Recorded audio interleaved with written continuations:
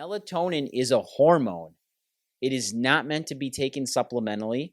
It is not meant to be taken or given to a child to fall asleep. Melatonin started off as a hot word of people just thought that it was another vitamin that they could just take and not realizing what it truly was. And sleep medication for even over a year. Your body's been addicted to a sedative.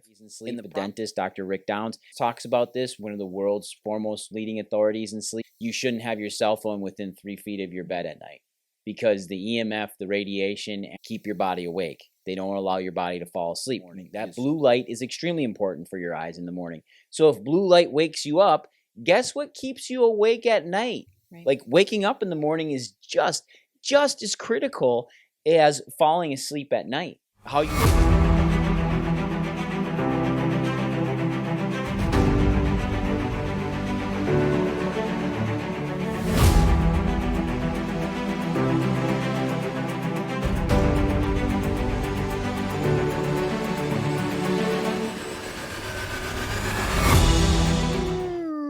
Hey everybody, welcome back to the Prime Podcast. I'm your host, Dr. Skip Wyss, and I am with my beautiful, wonderful, radiant co-host, Dr. Julie Wyss. It's always an absolute pleasure to have you in studio. Well, thank you. Yep, you look great today. Again, green. I think you're a girl after my heart, and it's that time of year. Dr. Julie, we are coming at everybody today from Legacy Life Media Studios. Absolutely love this setup. I love being in here with you. And I'm sorry I had that big yawn in the beginning, but today we are... Well, I'm making you yawn. Well, that's because I'm probably boring. Today we are talking all things sleep. So diving right into this, Dr. Julie, we just came off of a sleep challenge. Look, you yawned again. What a turkey. We just came off of doing a sleep challenge at Prime Family Chiropractic Centers. And I think the public has been inundated with sleep stuff for probably the past 15 years. And it's went away and now it's coming back. Sleep is something that has become very pertinent to people, forefront in their mind, and they want better sleep. They want better sleep health because they know that sleep is a 100% driver in their overall body health. Body health, relationship health. Oh, yeah. Work-life balance. Mm-hmm. You're hitting all the keywords, all the talking points. Function, like a good politician. Right? Yeah. That's true, right? It's everything, like Dr. Julie just said. And I think it's become incredibly pertinent to everyone. And I think coming off of a birth series we just talked about, intimacy series with your partner after birth, like sleep is one of those things that is 100% essential for health. And it's also incredibly detrimental to health as well. So talking about moms right away, I think that's important to talk about. Let's just get into that. The lack of sleep during postpartum, the first 3 months can be baby, newborn stage. Absolutely. Completely debilitating. So Dr. Julie, what are some suggestions right off the bat? Parents try to sleep train their kids way too early. I will be honest and tell you that right off the bat. We have a lot of parents that come into Prime Family Chiropractic Centers and they talk about sleep training their newborn. I'm going to step on a sacred cow right now. It's impossible to sleep train a newborn. That newborn sleep trains you. Bottom line. Do you agree? I agree to a point. Okay. There's specialists out there that do it. I don't agree with it. Yeah, I don't agree with it either. Yes, we can develop habits for our babies, but again, is it in their best interest? Mm-hmm. No, it's self-serving, it's selfish because you can't control when that child is growing and developing, mm-hmm. and when the brain is flourishing, and when we need that mm-hmm. interaction, when we need to be, cuddled, and we need to have security. And when we turn that off and we force something for that child, it's going to show up later on in life in different ways. Well, you can't convince a newborn to fall asleep. That's the other side of it. Like, you can try to sleep train them. You can try the cry it out method, which I am 100% against. Even the parents that we do see in our office, they know I don't agree with it. because I think it stresses the baby out. It stresses them out. They actually end up passing out from crying out due to stress, overload, and exhaustion versus falling asleep. Imagine this as an adult. If you passed out from exhaustion, do you actually get restful sleep? It's not restful. You feel No. like you when you wake up in the morning, you may have slept, but it's not restful. You feel like Yeah. you've been hit by a bus. Yep, and that's how the baby feels. And the baby's automatically, when they wake up, they're overtired. And then they're in a fight or flight stress Yep. mode, and then they're cranky the whole day. They're not Mhm. eating, and then you're like, why are they not napping? And it's a downward spiral. Yeah. When at that age, they just need to eat, they need to sleep, and they need to poop. Yeah. You And know, we went over eating, we went over pooping, and sleeping is another thing. And it's what's cool is that sleep is actually stimulated through rest and digest. It's stimulated through eating in babies. That's why most babies that are breastfed or bottle fed, they fall asleep during feedings. And guess what? That's okay. Like if they fall asleep during a feeding, let them sleep. You ain't got to wake them up to shove another bottle down their face at all. Like they will wake up and want to eat again. So that rest and digest cascade happens all the time. And I think that is something that even people that are trying to sleep train babies, is they miss that aspect of it. And that's why I'm not condoning this or promoting it, but that's also why nooks, pacifiers, are extremely effective in getting kids to calm down, because it's that suckle. Same thing with sucking their thumb, same thing with sucking their hand. It causes them to pacify and calm down because it stimulates rest and digest. Super important to look at. Now, we've had kids, we had one that thumb sucked and we had one that nooked, that pacified. Which one has bad teeth? the nook. The nook. Yes, exactly. The one, Brecken, our boy, he was a nook boy. He loved his nook. He loved his nookie. He had it for almost 2 years, but that changed some of the development in his mouth. Peyton sucked her thumb. Her teeth are perfect. Like her palate's perfect. Her mouth is perfect. And there is a lot of negative connotation with thumb sucking, where a lot of parents get super upset when their kids thumb suck. Well, you can take a nook away. You can't take the thumb off. That's the concern that they have, right? That Right. you can control taking that, but They will eventually stop sucking their thumb. And that is a form of pacifying. It is a form of calming down. It is a form of relaxation. well, we can talk about brain health and we can talk about being stressed, of how that child, as they age, even as an adult, right? When they're in a stressed situation, what are their habits? What do they do? If you're an adult and you're chewing on the end of your pen, right? We have some brain development to focus on, and to get that primitive brain Or they stress healed eat. and function. They'll stress eat as well. Yeah, you're exactly right. That prefrontal cortex development, that hindbrain development. But I'll go as far as saying this as well. A child that sucks their thumb, from what I've seen in our office and from our 16 years of extensive work with children, thumb sucking children generally are lower on the list for being more prone to ear infections. And the reason why is that jaw movement, the suckle movement, the pumping of the cranial bones, they don't get the same when they're on a nook. They don't get the same movement. They don't get the same oral development. So it's just an interesting contrast and comparison. I'm not saying that it is definitive by any means, but it's what we've seen over 16 years. And I'd like to think that we are one of the world's leading authorities on pediatric development.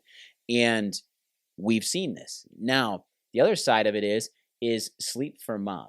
I think sleep for mom is absolutely essential. You know that. You would agree with that. What are some tips that you could give moms to help them sleep better, especially postpartum? Now, we'll get into adult sleep and kids sleep in a little bit here, but especially postpartum, what are some things for moms to sleep? Well, I mean, it's not an old adage of when baby's sleeping that you should rest. You really need to take advantage of that. Finding out, like, when baby is going to bed at night, like maybe you need to restructure your schedule and go to bed earlier. When you have a significant other, when they're getting up, we talked about this in our infant series. But there's no reason why, when that baby gets up in the middle of the night, that it has to always be maybe mom. Sure. Right? If mom, is having a rough week and she needs to be caught up on sleep, that's where a spouse can step in. And if there's a bottle, to bottle feed, or at least get baby soothed, diaper change, and then hand it over to mom to be able to feed. But finding those breaks just to be able to get calm, quiet, take a nap. If it's, if there's somebody that you trust to come in to watch that Mm. child just for you to be able to get maybe an hour of a shower, a bath, and a nap, wash your hair. There's people that are always, can I help? We need to be open to receiving. We can be the title of Mama Bear. We can be superhuman mom. We can wear the badge that we do it all on our own. Mm-hmm. But to what end? And so when people are offering, I think just to be open to say, you know what, that would be great. Like, take those people up on Mm. their offer. They may drop their jaw and like, oh gosh, I wasn't, expecting that. But when somebody is Call offering, them out. need to say yes. Say, you know what, Yes. that would be great. And if it's just to take the child to the park, if it's taking that baby, giving the baby a bath just so you can maybe focus on something else. And it doesn't have to be cost an absorbent amount of money. It doesn't need to be an ongoing thing, but maybe here and there, people do swaps and all different things. Why aren't there other moms swapping nap Sleep time, swaps. sleep I swap? think that Like, would be a why cool. That's a cool why concept. why not? Yeah. Right? If one mom is struggling and you're in the neighborhood together, offer to come over, watch both the babies, take them, for a walk or the park or whatever it is, depending upon the age, just to allow that other mom to get a fresher breath air and then reciprocate. I think allowing them to find moments in the madness and moments in the chaos to relax and sleep is huge. I think that's an incredible concept. We should probably work on that. Another business idea, but still is call it sleep swap and allow these moms. Now there are agencies in our hometown here in Green Bay that will come in and help moms with postpartum care, and they will even come like they will go as far as to um help baby when with sleep, but also help mom at night. If baby's not sleeping at night, they will come and sit with baby so mom can actually get some rest. And that's super important and incredibly critical to understand, because if mom gets rest, baby then gets rest. If mom's recovered, baby's recovered. If mom's stressed, baby is stressed. Absolutely. And that's 100% what we have to understand here, because when I have a mom come in and we look at them, we talk to them, and a lot of people will think that they're postpartum, they have depression, they have all of these different possible psychiatric issues, when really it's a lack of sleep. And you look at any sort of sleep journal out there, if you are deprived of sleep for 72 hours, you can go clinically insane and not have proper decision making skills, proper coping skills, and you kind of become maniacal. And it happens to a lot of moms. And it's actually preventable if we can help the mom get some sleep. Now, the other side of it is too is dad's not getting enough sleep too, because we can look at the sleep. Sleep is actually the lack of sleep in the United States and across the world is actually a pandemic. People want to talk about all these different viruses that come in and cause issues. What we really need to look at is why are we so susceptible to getting infections, getting sick, having heart disease, coronary cardiac problems, cancer. We look at the number, the top 3 killers in the United States, cancer and heart disease rank in those top 3. And the reason why is because of lack of sleep and exhaustion. So sleep pathologists have been looking at this for years and how sleep is a number one contributor to disease in the human body. Now, we hold a sleep challenge, a 4-day sleep challenge. We do it during the day, we can do it at night sometimes, but to help people learn sleep, because here at Prime Family Centers and inside what we do, sleep is a priority for us. It's vital for livelihood. It's Mm-hmm. vital for everything, and sleep is that linking factor to all of the things that are going wrong in your life, in society. And if we can get back on track with sleep, we're not going to get lowered immune system, means we're not going to get sick. Mm-hmm. We're going to better be able to handle our stress. Yep. We're going to have better productivity. We're just Mm-hmm. going to feel better.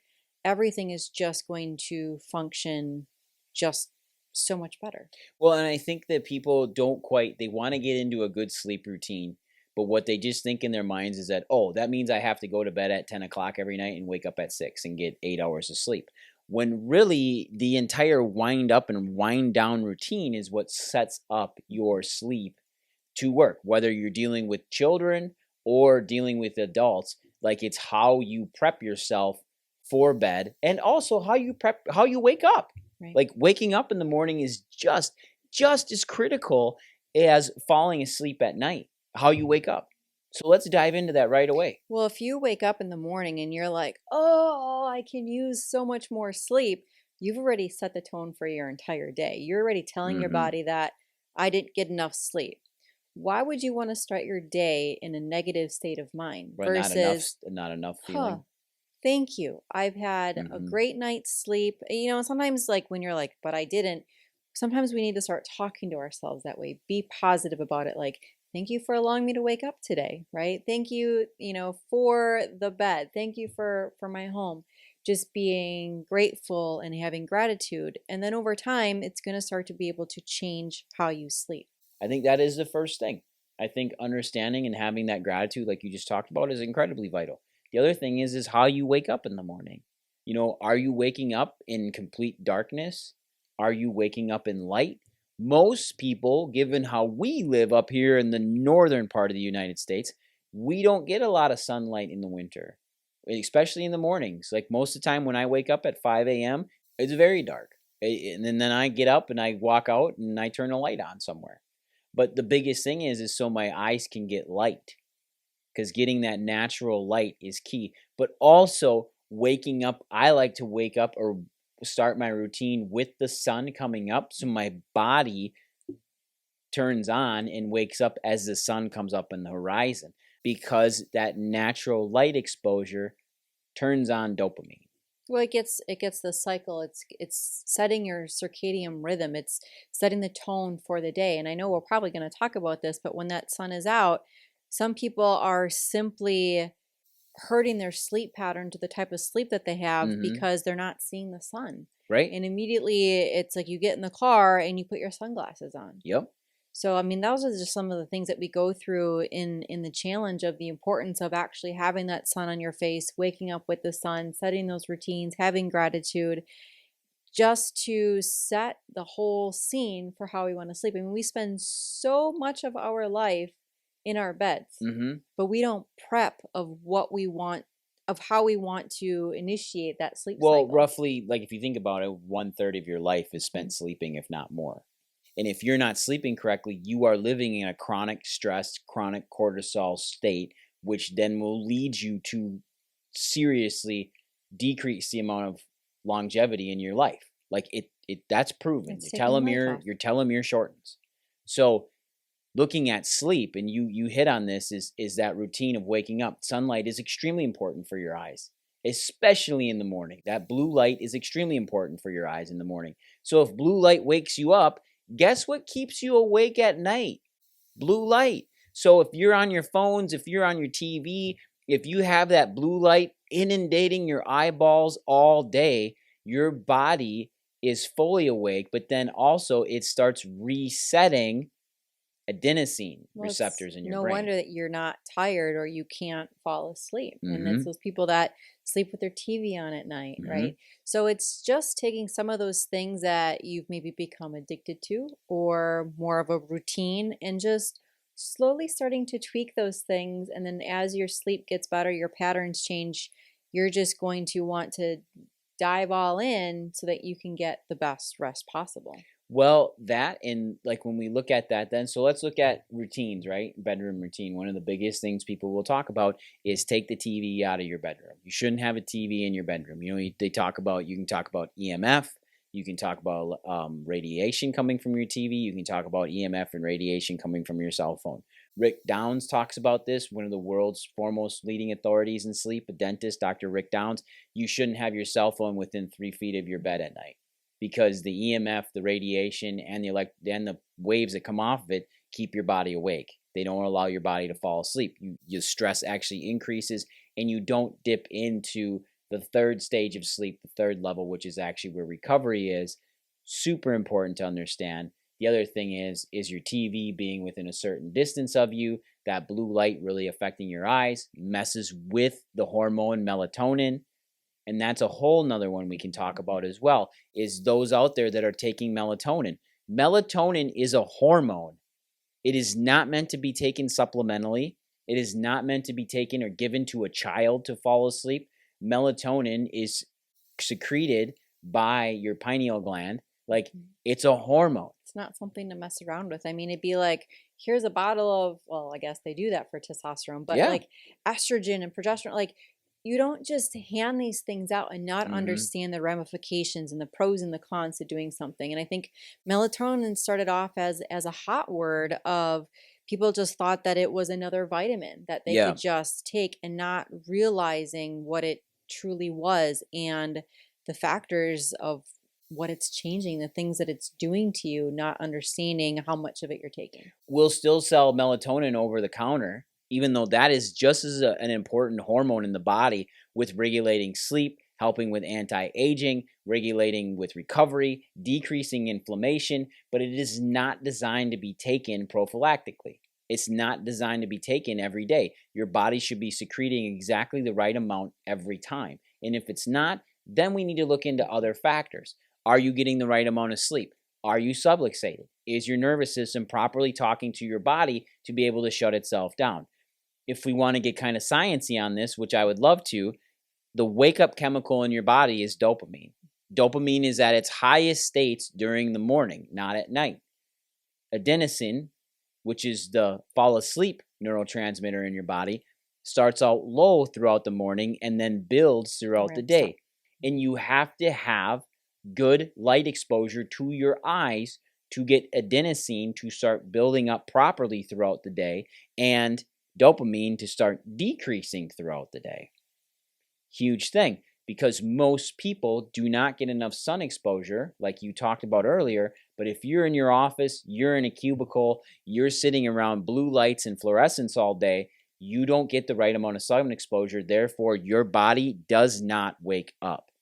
This isn't like go quit my job and do all these things, right? There's things that you can implement. Our sleep, we don't put any thought into that. Like we work, and then we crawl into bed and are like, okay, I'm ready to fall asleep. And we wonder why we can't get sleep because we didn't properly prep. Yep. And we didn't plan for, okay, if I'm in a cubicle and I don't have sunlight, what are the things that I can do to best manage this? And what are the steps you need to take? We talk about this all the time. Getting up in the morning, going on a light walk, getting sun exposure to your face, not always wearing sunglasses in your car on a sunny day, letting your eyes get light exposure. Don't go and stare at the sun, but get that light exposure. Super important for your eyes. But the other side of it is too, is then at night, how do you wind yourself down? How does your body start to actually get itself to relax? Actually, light exercise at night, like yoga, stretching, breathing routines, meditation, those are all extremely effective. If we go back to how we started this and we talk about babies, right? We typically have we do a bedtime routine for our babies, right? Like maybe we feed them, but we give them a bath, maybe like some baby massage, and then maybe read a book, right? We are prepping them to tell them, okay, we're getting ready for bed. This is the routine. How many adults do that anymore, right? They We don't. did that for our kids Yeah. to get them sleepy and to get them ready and prepped, but we forget that as an adult. Well, you do, because there's other things pressing on you. There's other stressors. There's your sleep is not a priority yet as an adult. I think as a child, you're told so many times to get your butt to bed that as an adult, you're like, well, F you bedtime. I'm going to go to bed when I want, not when I need to. And I think that's what happens our entire life. The first part is Julie, you need to go to bed. Get to bed. Not, hey, we need to get you to bed so your body can heal and recover. It's not put that way. It's, hey, get to bed. You're overtired. You need your sleep. Well, then sleep then becomes a negative process. Chore, work. It's a chore. It's like, oh, I got to go to sleep now. So as an adult, when we get bigger, now that's psychology behind it. Then you're like, I go to bed when I want. When really your butt needs to be in bed by 10 o'clock and getting 7 to 8 hours of sleep at night so you can actually recover properly. And that's if you're sleeping through the night. That's if you're not being woke up. That's if you're not easily rousable. Snoring, sleep apnea. Yeah, possible apnea, things like this. Like there are ways to track your sleep. A lot of people will wear wearable devices at night to track their sleep. They'll wear a Whoop. They'll wear their iWatch. They'll have on some sort of Android watch. They could have on a Garmin, a Fitbit. we recommend wearing something called a circle Circle. ring. The circle ring is extremely accurate. It's more accurate than an Aura ring. It's more accurate than a Whoop. It's an actual real FDA-approved medical device. And then actually doing the Night Owl. A Night Owl is an FDA-approved medical at-home sleep study. And those things give you incredible amounts of sleep data to know whether or not you're waking up, falling asleep, O2 levels. Are you having apneic attacks? How often are they happening?